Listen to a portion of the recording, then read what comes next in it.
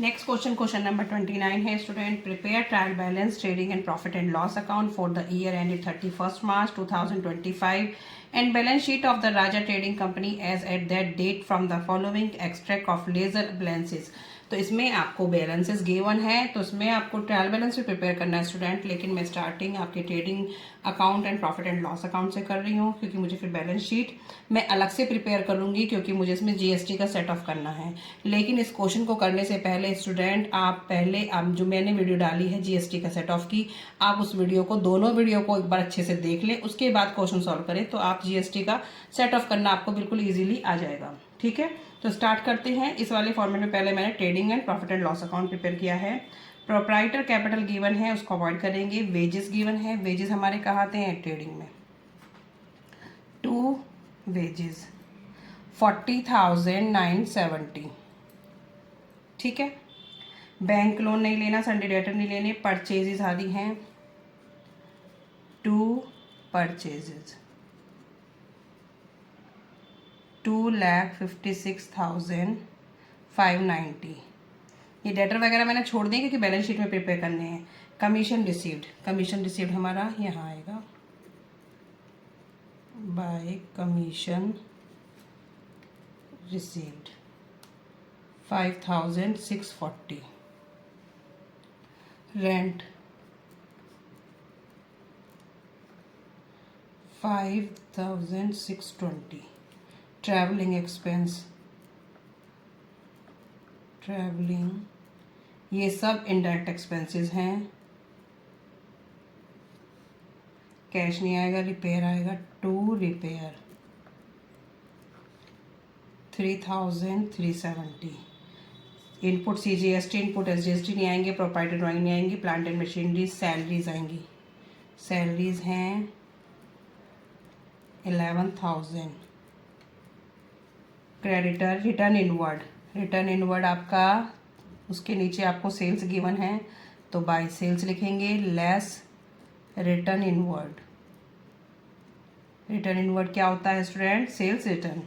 Sales है हमारी 3,56,430। Less करेंगे इसमें से रिटर्न इनवर्ड 2,780, तो ये माइनस करके आएगा 3,53,650। ठीक है, डिस्काउंट अलाउड, डिस्काउंट अलाउड आपका यहाँ जाएगा, डिस्काउंट अलाउड, ये गिवन है 5,870। स्टॉक 1 अप्रैल गिवन है, तो 2 ओपनिंग स्टॉक, ओपनिंग स्टॉक 89,680। ठीक है, इंश्योरेंस, इंश्योरेंस हमारे यहाँ जाएंगे 2 इंश्योरेंस 400। बैंक नहीं आएगा, बैड डेप्ट, बैड डेप्ट आ जाएंगे यहाँ पे, बैड डेप्ट 3,620। ठीक है, क्लोजिंग स्टॉक कितना दे रखा है, बाय क्लोजिंग स्टॉक गिवन है 1,28,960। ठीक है, और तो कुछ नहीं आएगा इसमें, आप चेक कर लिया है। इन दोनों को आप प्लस करेंगे, ये आएगा 4,82,610। इसमें से सारे खर्चे माइनस करेंगे तो क्या आ जाएगा, gross profit, to gross profit transfer to P and L, ये आ जाएगा आपका स्टूडेंट 95,370। ये साइड आप इक्वल कर देंगे, 4,82,610। ठीक है, अभी ग्रॉस प्रॉफिट यहाँ ट्रांसफ़र हो जाएगा, बाय ग्रॉस प्रॉफिट 95,370। ठीक है, अब इसका टोटल कर लेंगे आप,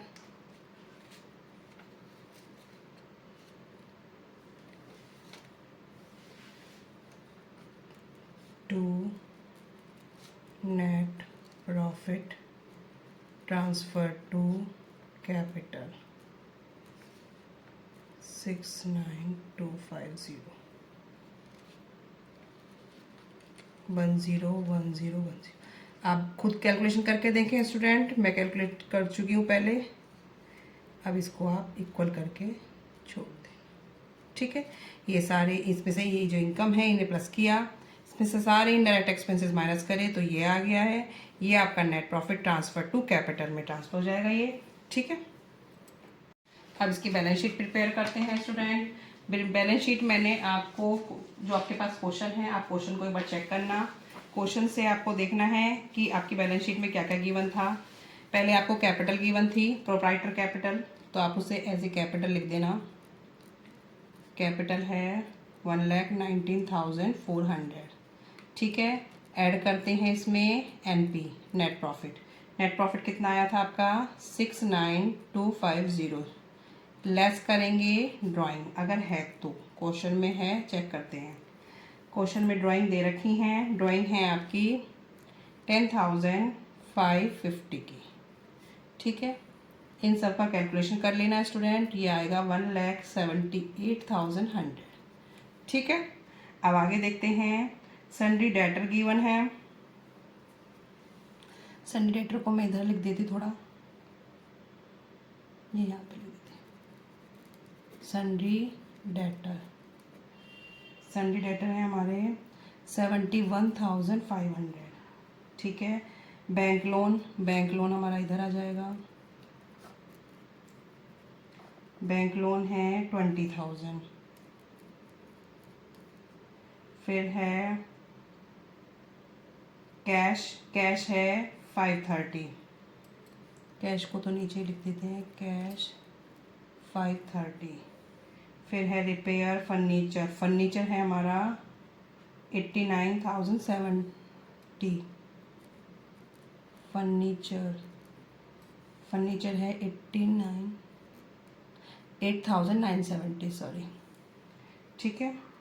प्रॉपर्टी ड्राइंग भी हो गई। प्लांट एंड मशीनरी, ये सब हमारी फिक्स असेट्स हैं। प्लांट एंड मशीनरी ये है 28,800। क्रेडिटर, सन्ड्री क्रेडिटर, ये हैं 11,000। फिर है bank debit balance. Bank debit balance का मतलब क्या है, ये जो डेबिट बैलेंस है ना, इसे जो लिखा है ये मैं यहाँ मेंशन मैंने कर दिया है। असेट को डेबिट ही बोलते हैं, इसलिए बैंक का डेबिट बैलेंस लिख दिया है, स्टूडेंट कंफ्यूज ना हो। अगर बैंक का क्रेडिट बैलेंस लिख देते तो कंफ्यूजिंग था कि बैंक ओवरड्राफ्ट है, वो इधर आता, ठीक है। डेबिट बैलेंस है तो एज इट इज वो असेट साइड में आएगा, क्योंकि असेट को डेबिट बैलेंस बोलते हैं। ये सब चीज़ें मैं डाल चुकी हूँ। अब क्लोजिंग स्टॉक को डाल देते हैं। क्लोजिंग स्टॉक वो था हमारा 1,28,960, ठीक है। ये भी हो गया। अब उसके बाद हमें क्या करना है, अब क्वेश्चन में चेक करो, आपको इनपुट CGST दे रखा है। मैं यहीं पे लिख देती हूँ, ये यहाँ पे लिख देते हैं। इनपुट CGST ये कितना दे रखा है आपको।